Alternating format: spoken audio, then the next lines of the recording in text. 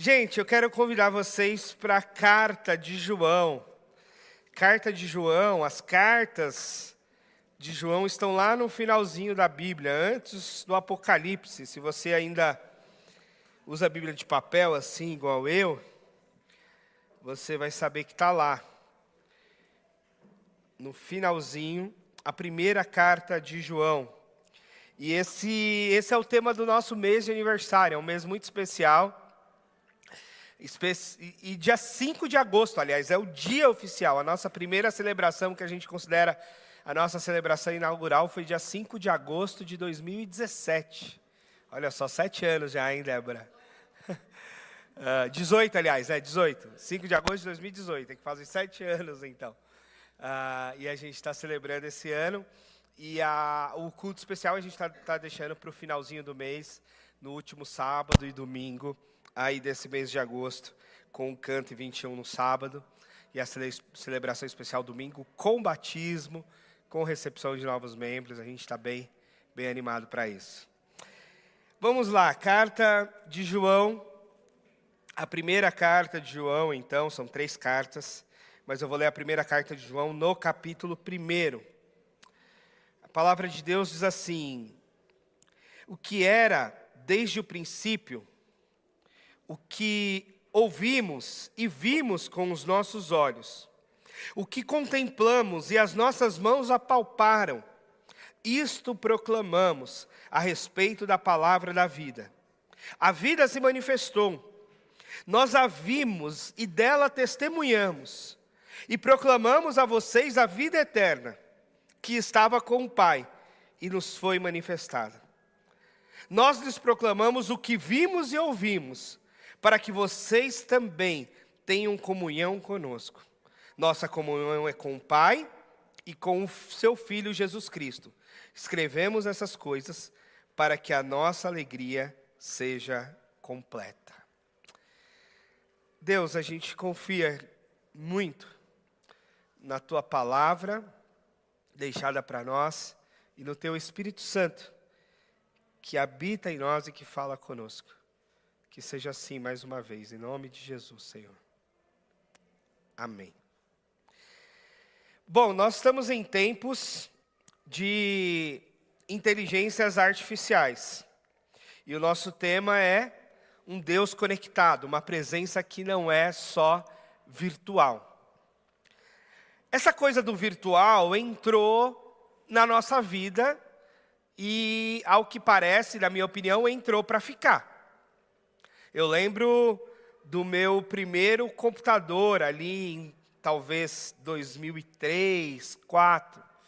Eu acho que a virada de século, justamente o século 21, foi muito marcado por isso. A gente começou a ter acesso aos primeiros computadores. Eu lembro que o primeiro celular que eu tive com a internet era um BlackBerry, em 2011, acho, né? Já era um negócio assim muito inovador, porque ainda não tinham chego plenamente os iPhones no Brasil, e o BlackBerry era o celular que já tinha certos aplicativos e e-mails e acesso à internet. Então, a gente está nesse processo de mundo virtual cada vez mais intenso. Com a pandemia, intensificou muito mais. A realidade dos cursos EAD, a realidade das reuniões virtuais, a realidade do home office se intensificou muito com a pandemia e acredito que alguns de nós estão plenamente adaptados. É lógico que ainda há o sentimento, talvez a dor, daqueles que têm um tipo de trabalho que não dá para ser home office, né? Que tem que estar lá presencialmente, né? A enfermeira está me olhando ali, o bancário ali, né? Então tem que estar lá. Mas outros celebram a possibilidade de trabalhar a partir de casa, passar o dia de pijama e por aí vai. Agora a gente tem uma novidade, o acesso às chamadas inteligências artificiais, que para mim é um aprofundamento desse processo que é inexorável, que está acontecendo o tempo todo. E agora a gente tem mais essas ferramentas. E, de fato, são inteligências artificiais, como tem sido chamado. Embora o neurocientista muito interessante, o Miguel Nicoleles, Esteve no Roda Viva esses dias, tem um podcast dele, ele fala muito, né, que para ele não é nem inteligência e nem artificial. Ele é um neurocientista bastante relevante, talvez um dos principais aí do Brasil, estudou muito tempo fora, e ele discute um pouco essa coisa da inteligência artificial, que ele questiona o nome. Mas não questiona a realidade, porque está posta. É uma realidade de um sistema de chatbox, ou um sistema de pesquisa, ou um sistema sistema de fazer tarefas, né? Que avança cada vez mais, e eu acredito que a gente vai ter que usar. Aliás, é a minha recomendação para você. Assim como você aprendeu a usar a ferramenta de pesquisa do Google, assim como você aprendeu a usar as ferramentas aí de vídeo e de rede social como o YouTube, assim como você aprende a usar as ferramentas de ouvir música e de podcast, como Spotify, entre outros, eu acredito que você vai ter de aprender a usar as inteligências artificiais também. Que, como toda a internet, não é moral, não é necessariamente boa, não é necessariamente ruim. É uma ferramenta, é mais uma ferramenta, que eu acredito que a gente tem que aprender a usar, até para usá-la para o bem, para o nosso bem, para o bem do nosso próximo, para o mundo como um todo. Então, essa é a nossa realidade, e a gente avança cada vez mais nessa perspectiva. Agora, é lógico que esses avanços tecnológicos, que geram certos confortos sociais, que geram certas facilitações e automações de tarefas do cotidiano, tem o seu lado negativo e vão deixando as suas sequelas pelo caminho. Um livro que eu estou lendo agora, que eu até comentei no grupo dos pais, talvez a gente faça uma conversa sobre ele, é o Geração Ansiosa, que é uma pesquisa de um psicólogo falando a respeito dos malefícios dessa coisa toda, desse mundo virtual, dessa internet, e como isso está gerando uma geração ansiosa. Isso está gerando uma falta de habilidade em relações pessoais. Há um sem número de adolescentes que não conseguem interagir. E não é só a coisa do traço da timidez, que é um traço de personalidade, que uns são mais tímidos, outros mais extrovertidos, isso sempre teve. Mas as pessoas estão perdendo essa habilidade de conexão e de relação pessoal, que hoje no mundo do trabalho chama-se as soft skills, né? O sujeito é contratado pelas hard skills, pelas habilidades técnicas, mas é demitido pela falta das soft skills, das habilidades relacionais. E isso vai impactando a vida pessoal, a vida profissional e a realidade ministerial. E, aliás, é uma tensão, porque a igreja, embora estamos em conexão com Deus, que não vemos, então, em certa medida, há uma virtualidade na nossa espiritualidade, no sentido de que não estamos aqui com Jesus encarnado do nosso lado. A vida comunitária, a vida da igreja, demanda e advém dessa encarnação. Então, a virtualidade, ou o conceito de virtual e de igreja, é quase que um contrassenso entre uma coisa e outra. Porque a igreja é a eclésia, e a eclésia é a reunião das pessoas.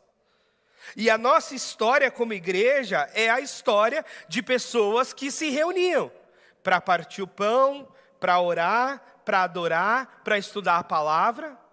Esse é o movimento da igreja ali em Atos. O movimento da igreja não é o movimento da construção de templos, não é um movimento, é um movimento de pessoas se encontrando. E de repente a gente está vendo um movimento de pessoas que não querem se encontrar. As gerações mais novas às vezes não querem se encontrar e às vezes não querem falar ao telefone. A gente agora está num estágio que a gente tem que perguntar para a pessoa se a gente pode ligar para ela. A gente tem que perguntar no WhatsApp se a gente pode ligar. Porque a ligação já virou um problema para algumas pessoas. Essa coisa de falar ao telefone, de ter que interagir ali na hora com alguém, já virou um problema. É muito melhor responder uma mensagem, refletir sobre aquilo, responder no outro dia. Isso fala da nossa inabilidade relacional. E volto a dizer, para alguns é mais fácil, para outros é mais difícil, dado o contexto e a personalidade. Mas uma coisa é fato. A presença nossa e as conexões que queremos vivenciar como igreja precisam ser reais e muito reais. E eu acredito que essa é uma necessária resposta. De fato, num mundo de inteligências artificiais, nós precisamos dar a ênfase às conexões reais. Já que nós às vezes passamos a semana na frente de uma tela, já que muitas vezes a gente passa uma semana, às vezes trancado numa sala, para quem trabalha em home office ou para quem trabalha numa sala sozinho, se encontrar, interagir, compartilhar pessoalmente, vira uma grande necessidade. Alguém já escreveu que em tempos de high-tech, nós precisamos de high-touch. Em tempo de alta tecnologia, nós precisamos de alto toque, de alto contato. Isso nos faz falta, isso nos é necessário como seres humanos. O toque, o abraço, o estar junto. A gente aprende isso, e eu tenho aprendido isso muito como pai, né? A necessidade e a importância desse toque, desse abraço, desse afeto, é no banho, é na brincadeira. Agora já estamos na fase das brincadeiras de lutinha, então são muitas lutas lá em casa, muitos rounds todos os dias. Mas isso diz dar nessa necessidade de toque. Bom, o que a gente está falando e o que o texto de João está dizendo, que o que vimos e ouvimos e tocamos, diz que a fé cristã não é virtual, mas encarnada. E isso também combate, inclusive, uma heresia do início da história da igreja, de que Jesus, de repente, teria vindo só em espírito. De que Jesus, de repente, teria vindo só como um espírito e não encarnado efetivamente. Vem de uma compreensão docetista que acreditava que o corpo não podia ser bom, e portanto, se o corpo não podia ser bom, Deus não podia habitar um corpo. E o texto de João vai combater essa heresia para dizer, não, Deus encarnou. Deus se fez carne e habitou entre nós. O que eu estou escrevendo para vocês, e João foi um dos discípulos que conviveu intensamente com Jesus, o mais jovem deles provavelmente, o último a morrer lá na ilha de Pátimos anos mais tarde. Ele diz, o que vimos, o que ouvimos, o que tocamos com as nossas mãos, é dele que estamos falando para vocês. Então, por mais que hoje não temos o privilégio da presença de Jesus encarnada do nosso lado, sim, ele encarnou. Sim, ele viveu em carne nesse tempo. Sim, os seus pés foram sujos de barro. Sim, ele chorou. Sim, ele teve fome. Sim, ele foi tentado. Sim, ele teve sede. Ele viveu, ele encarnou essa realidade. E essa é uma beleza e uma verdade do Evangelho que a gente precisa afirmar, reafirmar cada vez mais. Há uma frase interessante que fala que todo menino quer ser rei, todo rei quer ser Deus, mas só Deus quis ser menino. Todo menino quer ser rei, todo rei quer ser Deus. Né? A gente até pode atualizar, né? Que tem uns políticos que querem ser Deus também. Mas só Deus quis ser menino. Só Deus se colocou nessa condição até de vulnerabilidade de ser um bebê, de encarnar nesse mundo. Esse é o nosso Deus. E é isso que João está dizendo, é essa presença real. A fé cristã não nasce de um algoritmo. E essa é uma coisa importante para você entender sobre inteligência artificial. Inteligência artificial é sistema matemático. Por favor, não vá fazer terapia com IA, com chatbox. Aquilo é sistema de algoritmo, matemática, aquilo é máquina, aquilo é computador, aquilo é sistemas de matemática, de probabilidades, de pesquisa e etc.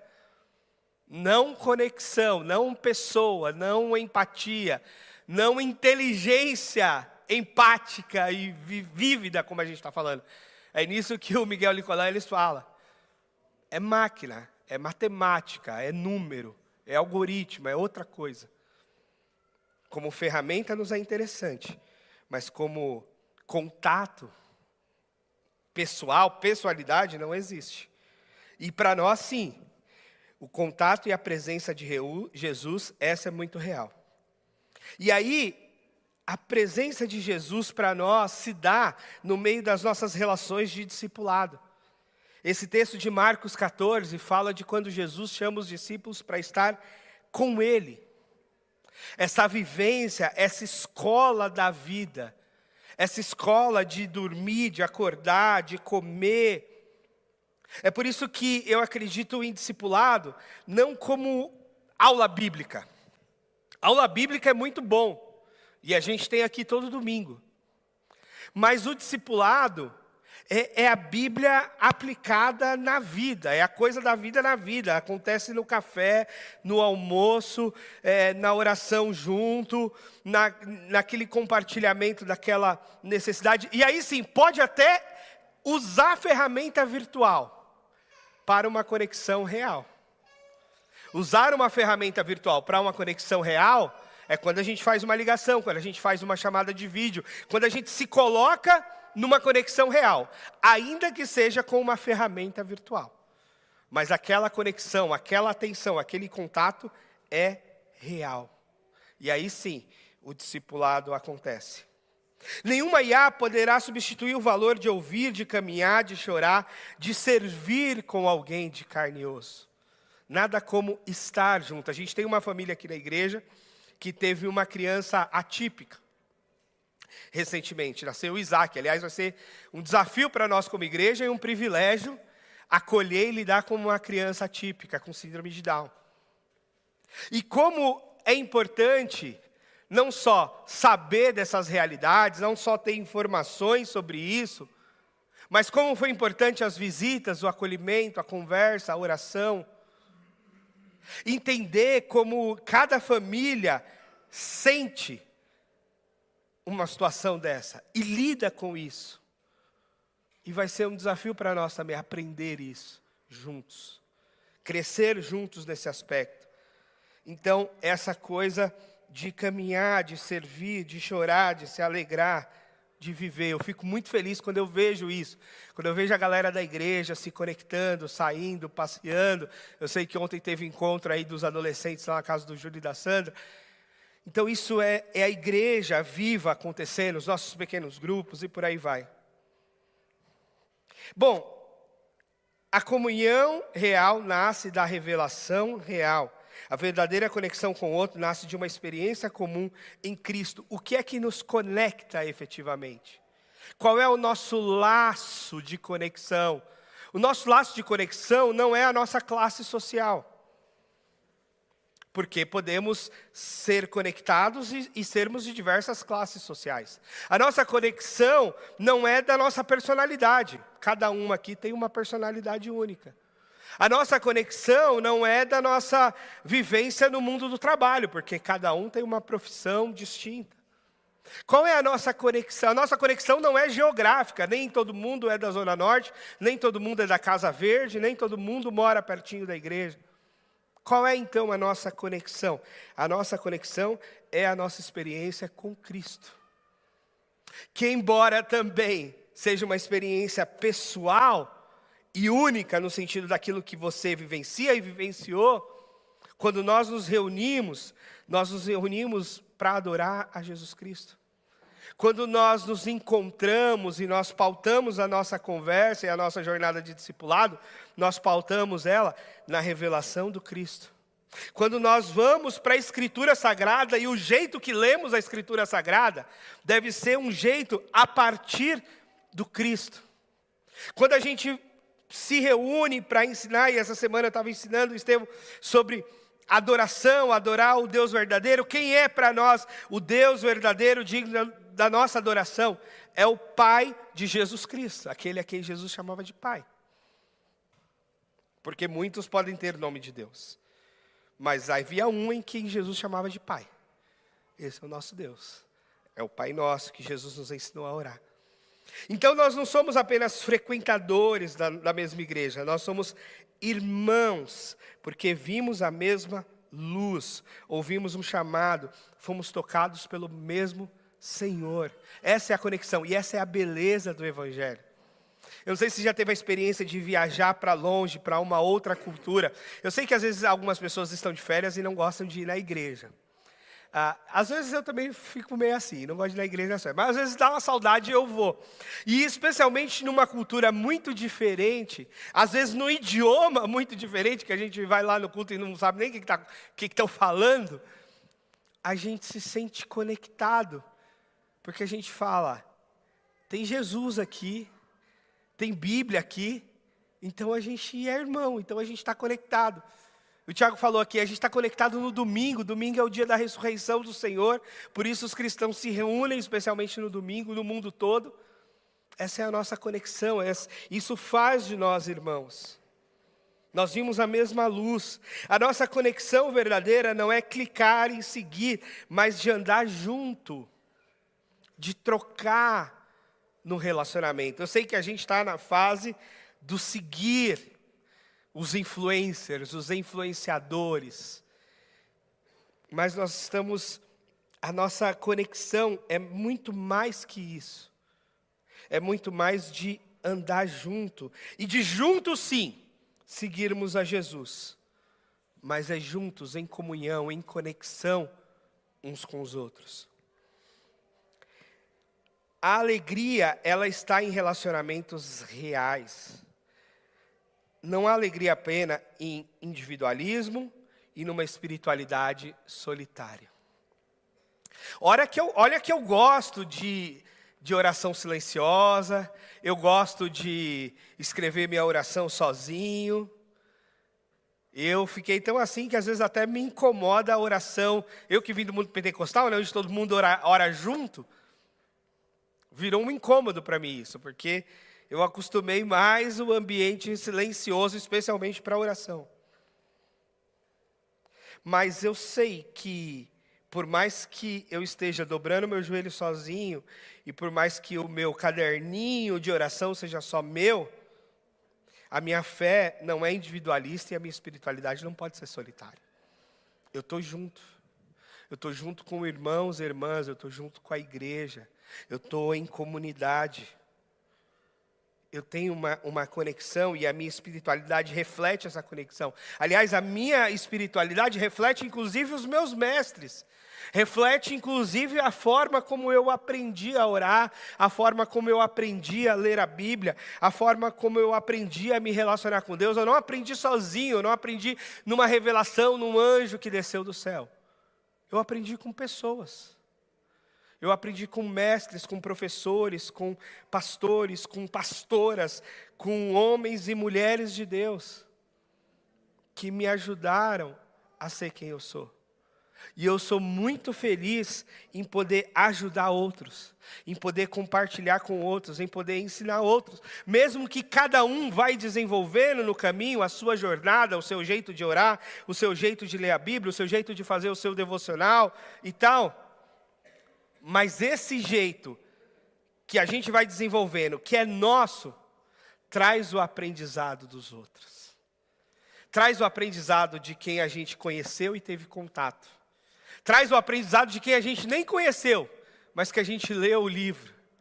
Traz o aprendizado de quem a gente ouve e admira. Essas coisas vão se somando e vão formando quem a gente é, vão formando a nossa espiritualidade. Então, embora a nossa experiência com Deus seja pessoal, a nossa jornada de fé é sempre comunitária. E nada na fé cristã será individualista. O individualismo é a antítese da fé cristã, é exatamente o oposto, porque a nossa fé é comunitária. A Bíblia foi escrita um livro para a comunidade. A Bíblia, quando foi escrita, a maioria dos livros bíblicos, ou todos os livros bíblicos, as pessoas não tinham acesso a uma Bíblia inteira. As pessoas iam para algum lugar onde alguém ia ler para elas. As pessoas sequer liam na maioria. Então as pessoas iam ouvir. Deuteronômio 6 fala, ouve, ó Israel. A Bíblia foi feita para a gente ouvi-la em comunidade, inclusive.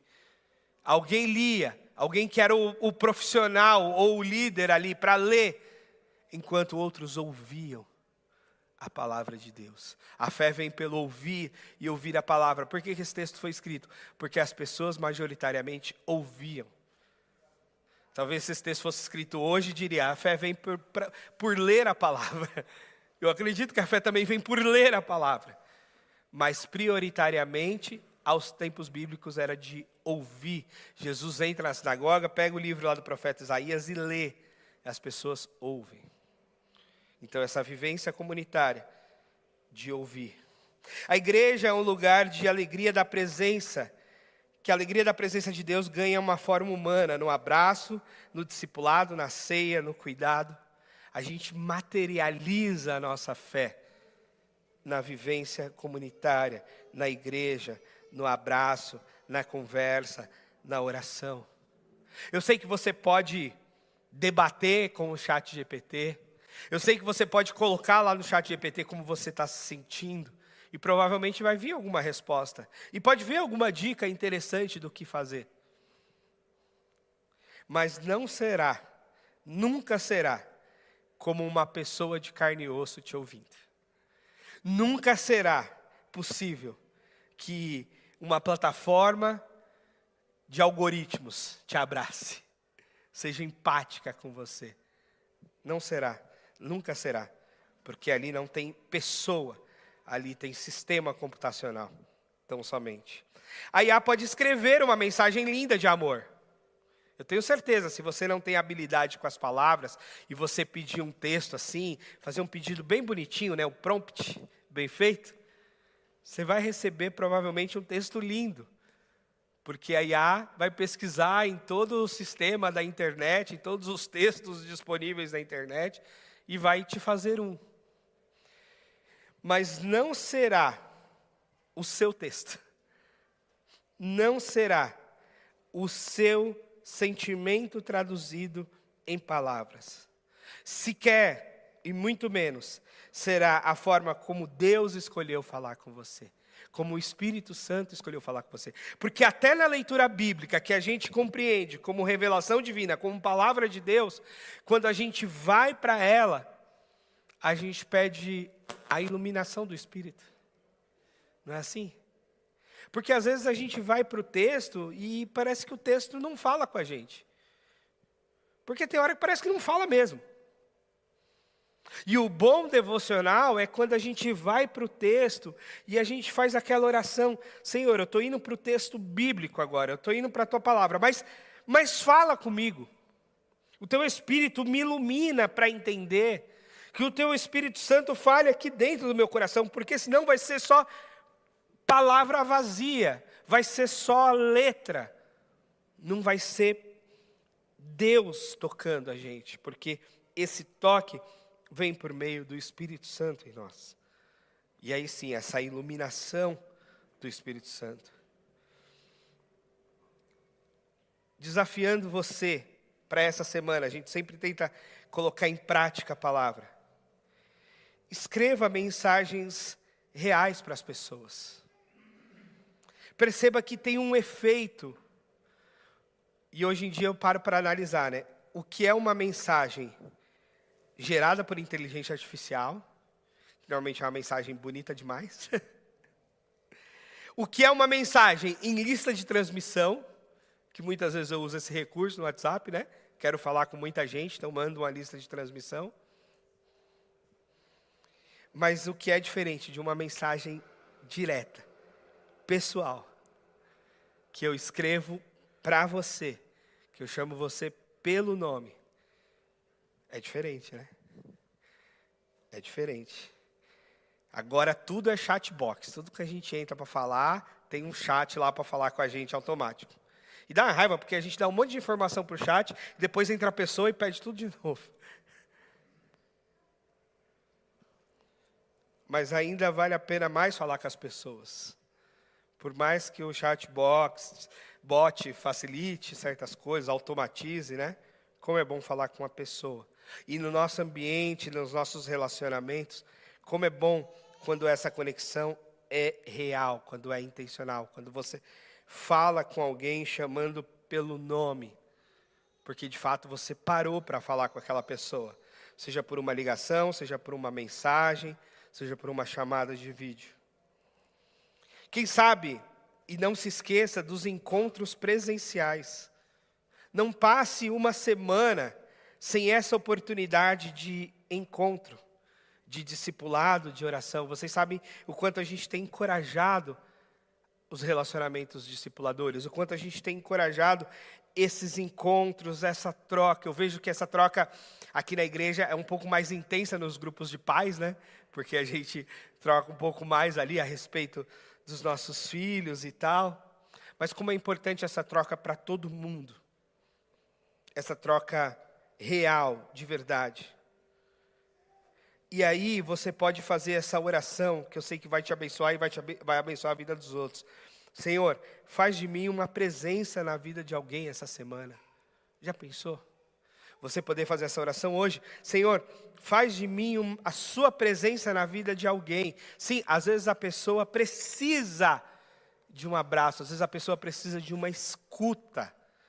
Às vezes as pessoas precisam de uma troca de afeto, coisa que às vezes ela perdeu de vista, coisa que às vezes ela desaprendeu, porque de repente ela nem teve isso muito em casa, e no mundo do trabalho menos ainda, e no mundo de virtualidades muito menos, e ela está sozinha, isolada, trancada às vezes num quarto. E como é importante nós termos uma presença de Deus para as pessoas. Não se esqueça que uma das marcas, uma das definições maiores do Novo Testamento a respeito de nós, a respeito da igreja, é que nós somos o corpo de Cristo, né? Nós somos o corpo de Cristo. Cristo é o cabeça da igreja, e a igreja é o seu corpo. Então, como é possível abraçar? Como é possível Cristo abraçar alguém? Só vai abraçar por meio do seu corpo. Como será possível Cristo se aproximar de alguém? Vai se aproximar por meio das pernas, que também é o seu corpo. Então, de fato, nós temos a oportunidade de ser a presença de Cristo na vida das pessoas. Porque nós somos o corpo dele. Então, nós somos os braços, nós somos as pernas, nós somos o coração, somos nós que vamos trocar esse afeto. O Cristo não está mais encarnado entre nós como esteve, e João testificou disso. Mas a igreja está, e a igreja é seu corpo. Então a igreja perambula pelo mundo, sendo o sinal dessa presença desse Cristo. Concluo com os irmãos que Deus não nos enviou um código, um manual, uma mensagem gravada. Ele se fez carne e habitou entre nós. Nunca se esqueça disso. Embora nós tenhamos um texto como revelação de Deus, existe uma revelação maior que esse texto, que é Jesus Cristo. Então nós temos um texto que revela Deus. Nós temos uma realidade na natureza que revela Deus. Mas nós temos uma pessoa que é o máximo da revelação de Deus, que é Deus como é e o ser humano como deve ser, é Jesus Cristo. E aí é por isso então, que a nossa vida agora, com Cristo ressurreto, é ser a sua presença no mundo, o seu corpo no mundo. E lembrar que nós não somos seguidores de doutrina, nós não somos seguidores de religião, nós não somos seguidores de denominação, nós não somos seguidores de um texto sagrado. Nós somos seguidores de uma pessoa, Jesus Cristo, nosso Senhor. Nós seguimos a esta pessoa, que tem o seu traço de revelação na palavra, que tem usado ao longo da história a religião cristã, que tem usado ao longo da história as denominações, mas que fundamentalmente nos é uma pessoa, a quem olhamos, a quem seguimos, com quem experienciamos a nossa fé. uma pessoa que se fez carne e habitou entre nós. O Cristo 100% homem e 100% Deus. Não me pergunte como isso é possível, mas a gente acredita que foi e que é. Em Cristo é assim que é assim que foi. Então, que Deus te use. Não se esqueça desses desafios, de estar com pessoas, de fazer conexão real, de ter encontros reais e de pedir a Deus para ser essa presença viva na vida de alguém. Isso é muito, muito especial e isso faz de você, de fato, o corpo de Cristo nessa terra e nesse mundo. Amém? Vamos ficar de pé? Vamos orar? Deus amado, obrigado. Obrigado por Jesus Cristo, Senhor nosso, Salvador nosso. A realidade que mudou tudo, tudo, absolutamente tudo. E nos ajuda, Senhor, a seguir, a copiar, a imitar nosso Senhor Jesus Cristo. E a ser a presença do Senhor real e factível neste mundo. Em todas as relações, com todas as pessoas, em todos os contextos. Nos ajude, Senhor, a ser isso, a viver isso, a viver em comunhão contigo e uns com os outros, para a glória do Senhor. E mostrar a esse mundo tão artificial dos nossos tempos as conexões reais que o Senhor nos dá, que o Senhor nos ensina e que o Senhor nos convida a viver. No nome de Jesus. Amém.